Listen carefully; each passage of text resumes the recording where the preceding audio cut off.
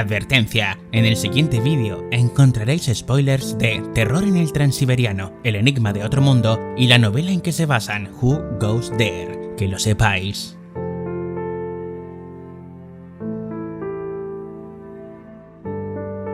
Más allá del Atlántico, allá donde se pone el sol, existe una tierra llena de sueños y esperanzas, fundada sobre la magia y los ratones parlantes con guantes y que conducen barcos a vapor. Hollywood, Los Ángeles, California. La ciudad de los sueños, allí donde aquello que soñamos e imaginamos se hace realidad. Las grandes productoras están llenas de personas que traen a la realidad las historias más fantásticas e increíbles. Allí nacieron los grandes monstruos, al menos tal y como los imaginamos, Drácula, Frankenstein o la momia, pero el paso de los años nos han traído más, tipos rápidos y furiosos a todo gas. Todos los superhéroes que os imagináis y las historias de viajes espaciales tienen su base en las oficinas que miran hacia el cartel más famoso del mundo. El cartel que nos promete que nuestras fantasías, sean cuales sean, ellos las harán realidad. Y desde luego que lo hacen. Sin embargo, hay mucho más. El mundo es muy grande. Esta historia comienza en los años 30 del siglo XX, pero no en Estados Unidos, en Europa, en Inglaterra.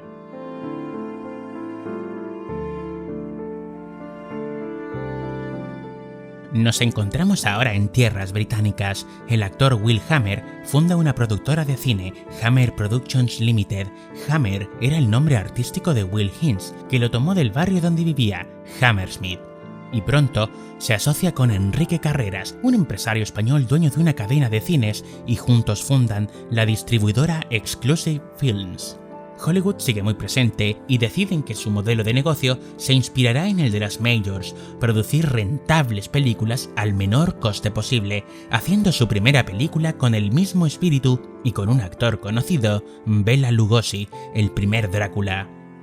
The Mystery of Mary Celeste, conocida internacionalmente como Phantom Ship, en español El velero de la muerte o El barco de la muerte, sería su primera producción.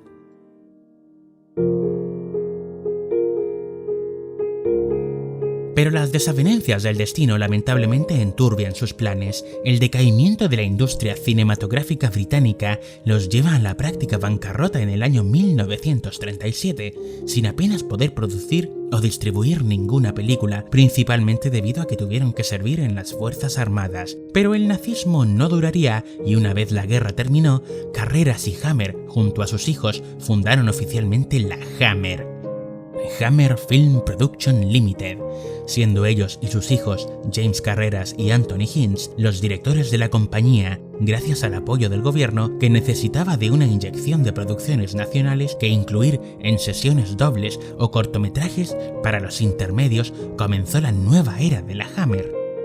Asociados con diversas productoras norteamericanas, comenzaron sus producciones en las cercanías de Londres, dándose cuenta de que rodar en casas de campo era mucho más económico que hacerlo en estudios, algo que contribuiría de forma absoluta a la hora de crear el aspecto gótico y tan característico de sus producciones, y que luego sería clave a la hora de vender y asociar sus películas.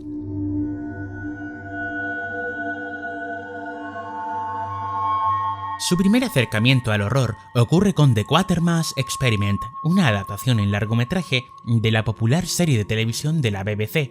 Sin embargo, es en 1957, con La maldición de Frankenstein, que la Hammer se convertiría en la productora por la que es recordada. Con Peter Cushing como el Dr. Frankenstein y Christopher Lee como el monstruo, la película nos contaba la historia del hombre y el monstruo de una forma nunca antes vista. Se cuenta que, hasta ese año, las películas solían ocultar la sangre y si la mostraban, el blanco y negro la solía esconder. Todo cambió con La maldición de Frankenstein. Los vivos colores de la película se recrearon en la sangre, recordando al gran público el miedo al dolor y la hemofobia. que no es el miedo a los emo, por cierto. Las historias de monstruos como Drácula o Frankenstein tenían ya una larga y respetada tradición, llevada a la gran pantalla durante los años 40 y 30 por Universal Pictures. Pero hay que decir que los derechos de las historias eran hasta cierto punto exclusivos de ellos, y aunque estaban en dominio público desde hacía mucho tiempo, Universal Pictures sí tenía derechos en los aspectos visuales, como por ejemplo la forma de Frankenstein tan conocida. Maquillaje obrado por Jack Pierce. Por lo tanto, Hammer Productions podía crear películas sobre Frankenstein o Drácula, pero alejándose lo suficiente como para que el monstruo no se parezca en lo absoluto al de Universal, pues sus abogados tenían el punto de mira puesto en la Hammer por si su Frankenstein se parecía demasiado al de la película homónima dirigida por James Whale en 1931.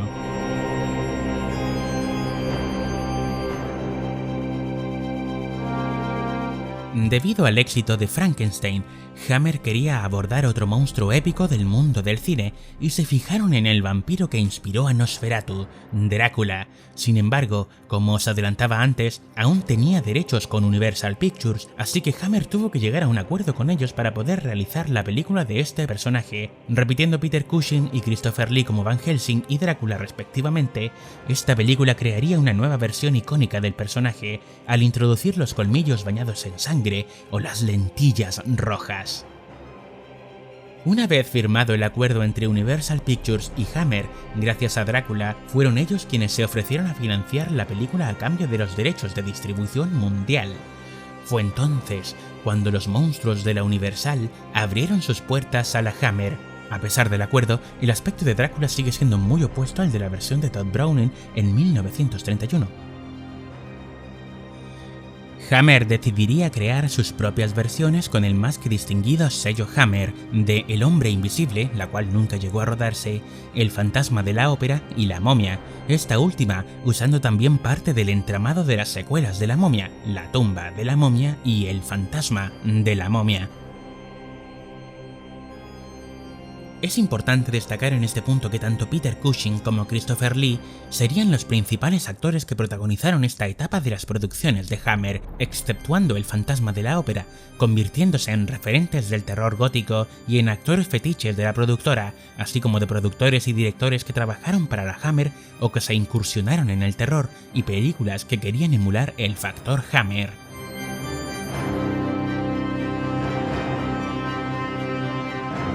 Hammer Productions gozó de un gran éxito en sus adaptaciones góticas, tanto fue así que decidieron liquidar Exclusive Films para centrarse únicamente en la producción de películas. Estas películas fueron de gran éxito creando bastantes secuelas. Frankenstein tuvo 6 secuelas y Drácula 7, siendo La momia la que menos presencia tuvo, creando 3 películas derivadas, que no secuelas, ya que aprovecharon la marca para las Double Feature, haciendo estas películas con los mismos decorados, equipo técnico e incluso actores.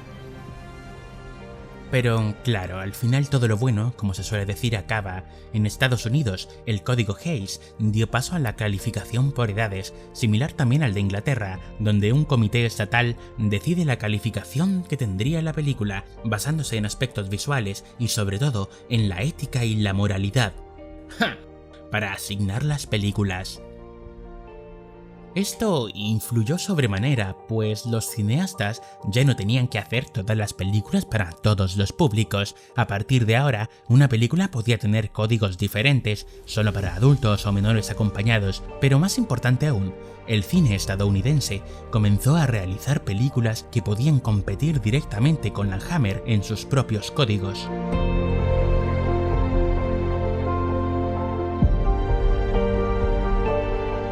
Es importante también añadir que el llamado Free Cinema británico no representa a las producciones de la Hammer, ya que estas películas se realizaban más bien con un punto de vista, acercando la ficción a la realidad y al documental, otorgándoles a sus producciones un mayor realismo visual y en su entramado, a diferencia de la Hammer, que era ficción al estilo hollywoodiense, pero hecho en tierras británicas.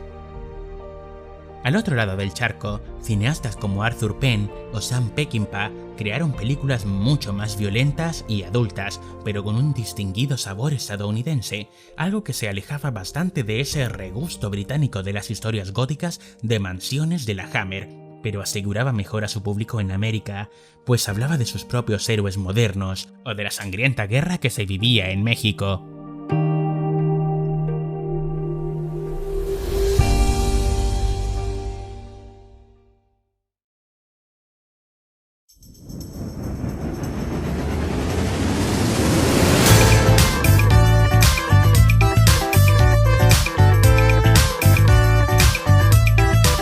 La música disco llenaba las pistas de baile y de patinaje. Los sonidos electrónicos sintetizados retumbaron en los oídos de toda una generación. Los jóvenes se aventuraban en la música creada solo para bailar. Es sábado por la noche.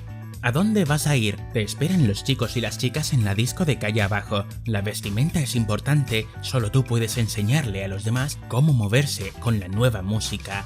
Levanta los pies, coge a la chica más guapa de la fiesta y enséñale que tus movimientos van acorde a tu virilidad. El que mejor se mueve en la pista de baile es el que mejor lo hace en la cama.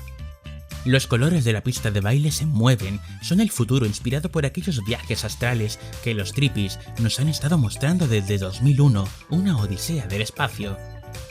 El cine está presente, John Travolta se mueve como nadie, ser como él es ser el mejor. Bajo este prisma es como nace esta película.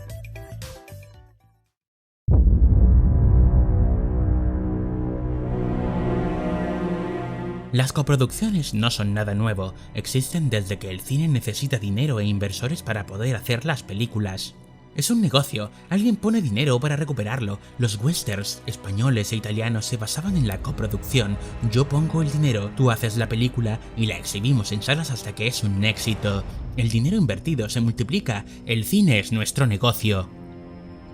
Coproducida entre Inglaterra y España, con un sabor británico mucho más que evidente y con las actuaciones de Peter Cushing y Christopher Lee en los papeles principales, la película de Eugenio Martín pretende emular las producciones de la Hammer, pero con el referente principal de Sherlock Holmes, película de la Hammer de 1959 que no llegó a funcionar en taquilla.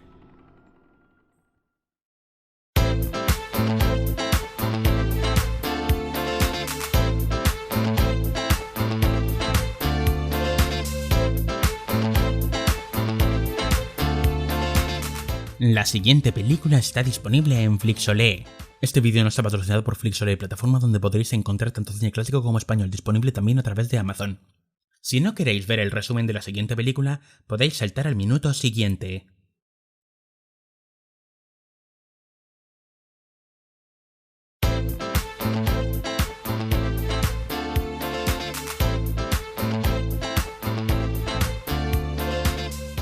El tren.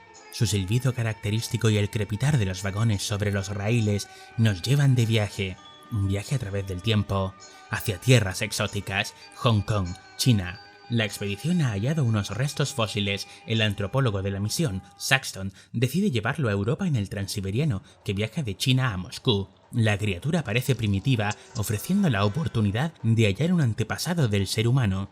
En el tren también viaja el Dr. Wells, colega del Dr. Saxton, pero no viajan juntos, sino por separado. Mientras están en la estación vemos como un ladrón es encontrado muerto, con los ojos blancos, sin pupilas, sin iris. Confundido con un ciego pero demostrado que no lo es, el padre Puyardov comienza a hablar de profecías malditas, sugiriendo la destrucción del hallazgo e insinuando como causante al fósil de Saxton. Pero para él, un hombre de ciencia no es más que una superstición. El tren sale de la estación. Debido al secretismo de Saxton, Wells paga a un tripulante del tren para que investigue la caja de Saxton. Pero gracias a la rápida descongelación, el monstruo revive, asesinando al tripulante y escapando de allí. Atacando a varias personas y animales a lo largo del tren, los muertos presentan todos las mismas características, los ojos blancos, sin iris ni pupila. Otro tripulante contacta con el Dr. Wells, con urgencia, debe realizar una autopsia y con ayuda de la ayudante de Saxton, tras una increíble escena, llegan a la conclusión de que los cerebros de las víctimas han sido drenados de sus recuerdos y conocimientos. El monstruo escapa, se cree que ha saltado del tren, pero no es así, está oculto, esperando más víctimas. Intenta atacar a Wells, pero es defendido por un oficial, quien solo con la intensa mirada del monstruo cae al suelo inconsciente, pero gracias a su ayuda, el monstruo es dado por muerto.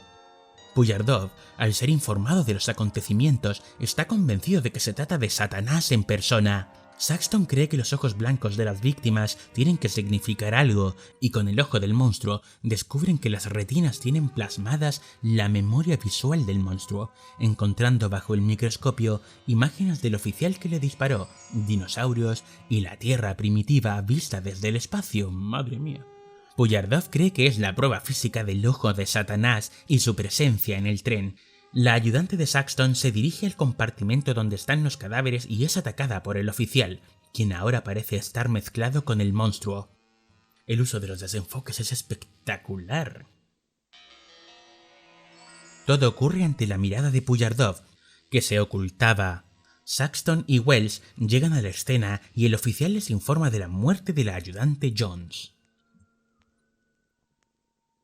Los pasajeros se han enterado de la amenaza y desean que el tren se detenga, amenazando con alertar a las autoridades, pero el oficial, ya con la mente del monstruo, amenaza con disparar a matar a cualquiera que intente escapar o detener el tren. Mientras recuerda que Saxton y Wells son quienes conocen las imágenes de la retina del monstruo. ¿Quién ha visto esas imágenes? El Dr. Wells, el profesor Saxton y esa joven condesa. Wells, Saxton, condesa. Wells, Saxton, condesa. Wells, Saxton, condesa. Wells, Saxton, condesa. ¡Seguro dental! Lisa necesita un aparato. Wells, Saxton, condesa. Wells, Saxton, condesa. A partir de ahora el bebé dormirá en la cuna. ¡Con lo de hierro que tiene! ¡Hola, chato! Pero no contaba con que Saxton se adelantaría y habría pedido al conductor del tren que enviase un telegrama con órdenes de informar a las autoridades y detener el tren. El oficial va al compartimento telegráfico y mata al tripulante. Me encanta el uso del tren como punto y seguido. Pero Puyardov, que le sigue, lo ha visto y se ofrece como su siervo. Cabronazo. Saxton cree que es como una enfermedad que se transmite, como si fuera un todo que se transmite. Intuyen que, sea quien es ahora el monstruo, debe tener algún signo en los ojos y con una lupa, como Sherlock Holmes. Observan los ojos de los pasajeros y tripulantes buscando quién puede ser la cosa. Pero sin llegar a resultados concretos, ahora la cosa, quiero decir el monstruo, está deseoso de adquirir nuevos conocimientos. Descubriendo que el ayudante de Wells es ingeniero con interés en todas las ciencias.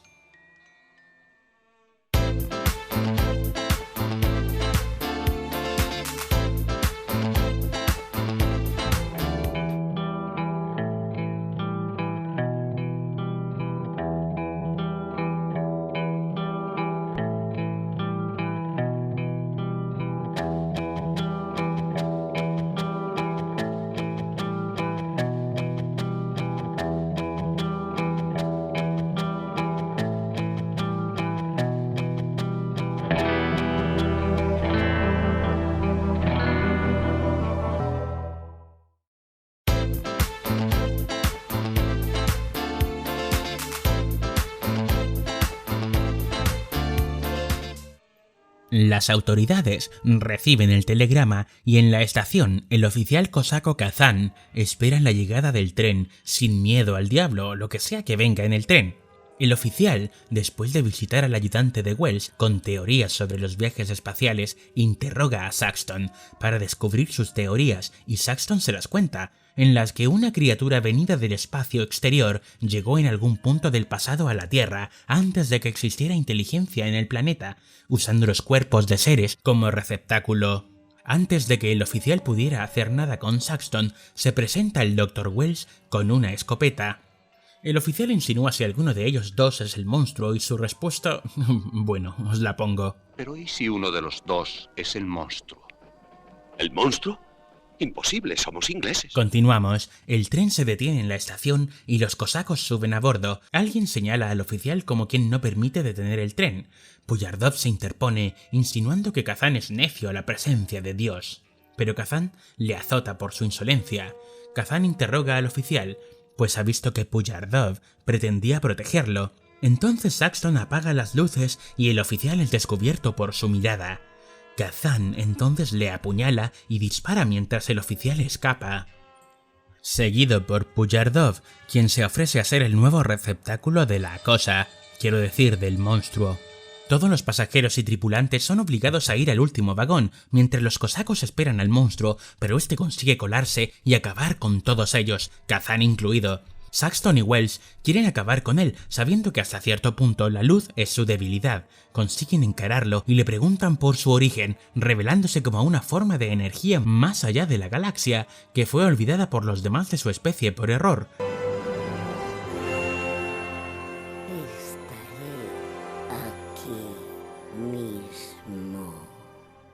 El ser ofrece a Saxton sus conocimientos a cambio de su libertad, pero al ser inútil su propuesta, reanima a todos aquellos que han caído víctima de sus ataques.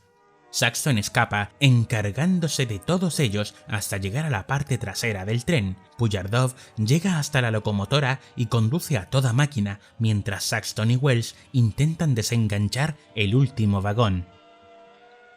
El gobierno ruso envía un telegrama a la siguiente estación y ordena desviar el tren hacia una vía cortada sobre un barranco. Piensan que están en guerra y realizan el cambio de vía.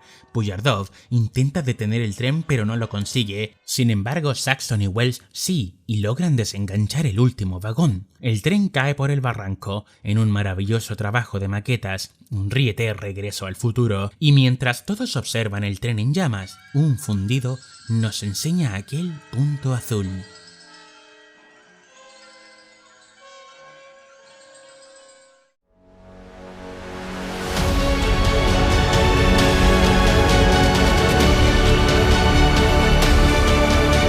Interpretando a nuestros Holmes y Watson particulares, Lee y Cushing, crean dos personajes que, aunque no son tan memorables, su presencia actoral refuerza su interpretación.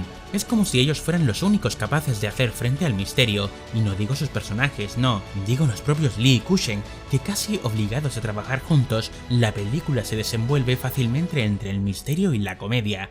Sus comentarios mordaces el uno al otro y su química especial les hace ser las grandes estrellas.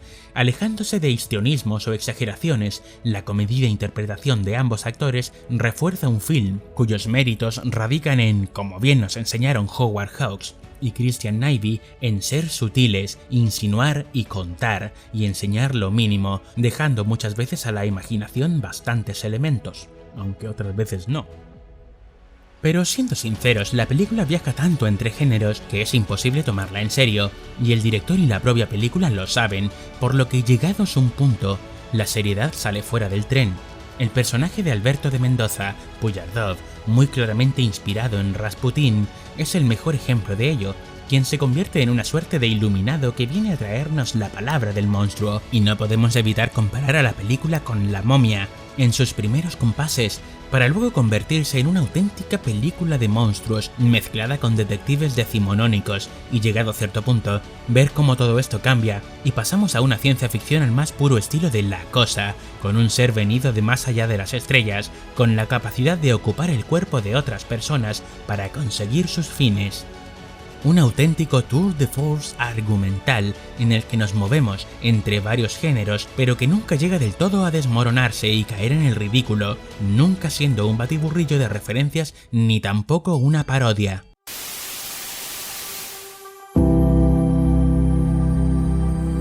Es evidente la inspiración con la película de Christian Nyby. No vemos la nave espacial, pero sí el concepto general de un ser venido de más allá de las estrellas, con la forma de un ser que en la Tierra nos es conocido.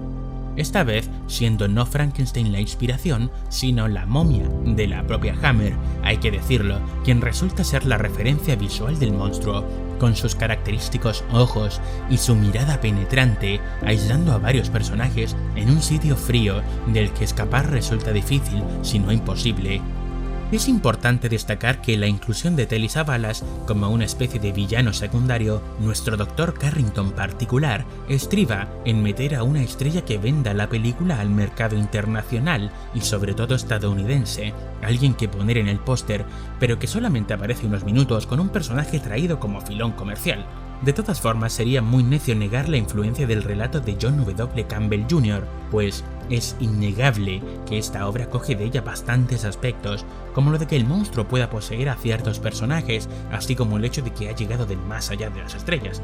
Obviamente no se inspira directamente en Who Goes There, pero sí en el enigma de otro mundo, de la cual toma algunas bases de inspiración, muy pequeñas claro está, pero aún así, las tres obras están relacionadas, siendo las películas ambas descendientes de la obra de Campbell. Pero quiero destacar, por supuesto, que yo no consideraría a Terror en el Transiberiano como una adaptación, no solo porque no lo sea, sino porque sus influencias, si bien son evidentes, también son escasas, siendo la escena de la lupa y los ojos lo más relacionado con la obra, como los análisis de sangre en Who Goes There, pero no siendo una obra que influyera en la realización final de esta película, por lo que declaro que Horror Express no es una adaptación de Quién hay ahí, por mucho que IMDb diga, pero de la cual saca parte de su inspiración.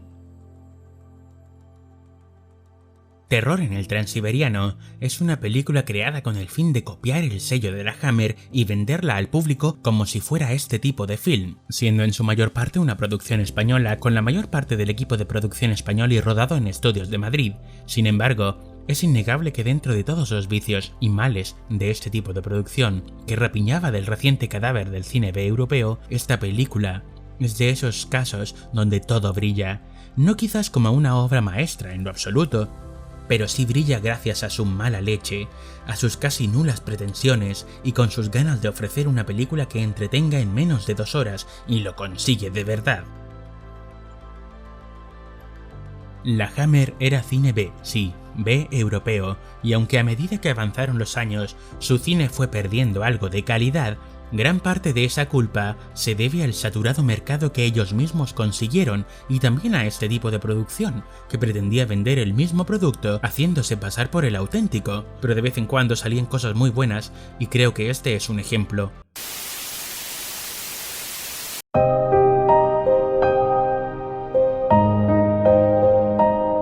Lo absurdo de todo esto es que siempre creí que esta película era de la Hammer y me ha resultado bastante curioso descubrir que no lo es, lo cual habla muy bien de esta producción que tomó las bases de la Hammer, de cómo hacían ellos las películas, cómo las vendían los actores y al final terminan haciendo una película que prácticamente podría ser de ellos y que no lo es, por lo tanto creo que es innegable no solo la influencia de la Hammer, sino el buen hacer de los directores para hacer que una película que no es de una compañía parezca que sí.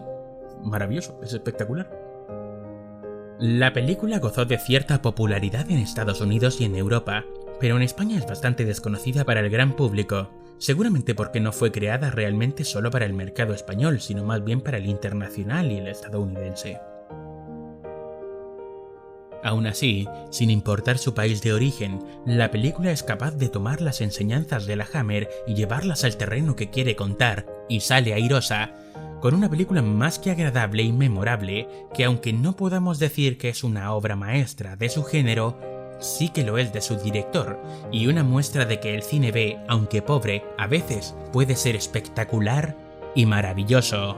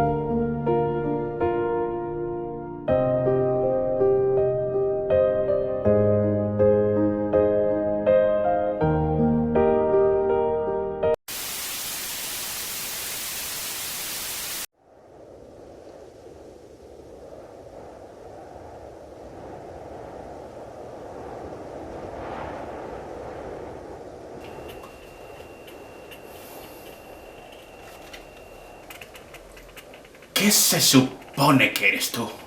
¿Eres una visión? ¿Eres un sueño? No entiendo nada. ¿Por qué te pareces a mí? ¿Qué eres?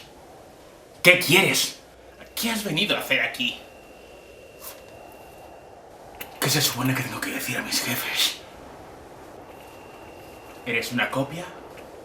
¿Me has copiado? ¿O no eres real? ¿Qué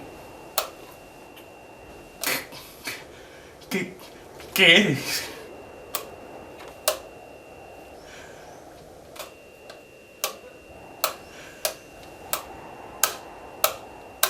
¡Para!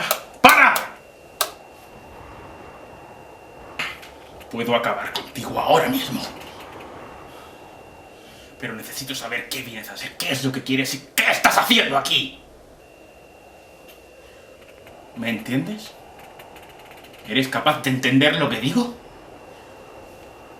¿Por qué estás aquí? ¿Qué quieres de nosotros?